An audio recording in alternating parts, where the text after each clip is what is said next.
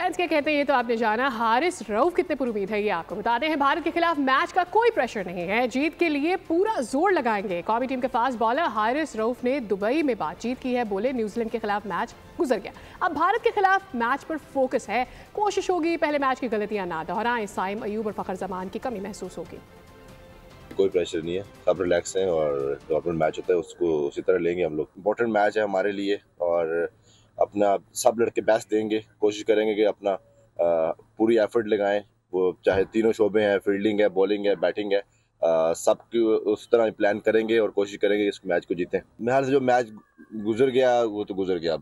हमारा जो इंडिया के खिलाफ मैच है, अब इसके तरफ हम ज़्यादा फोकस कर रहे हैं कि यार इसको जो मिस्टेक्स हुई पिछले मैच में, जहाँ पे हम लोग लैग कर रहे थे, वो चीज़ें ना करें, क्योंकि ये हमारे लिए काफ़ी इंपॉर्टेंट मैच है। जाहिर बात है कि हमारे दोनों इनफॉर्म बैट्समैन थे और वो उनका टीम में ना होना, काफ़ी चीज़ें आपकी चेंज हो जाती हैं, आपका बैटिंग लाइनअप चेंज हो जाता है।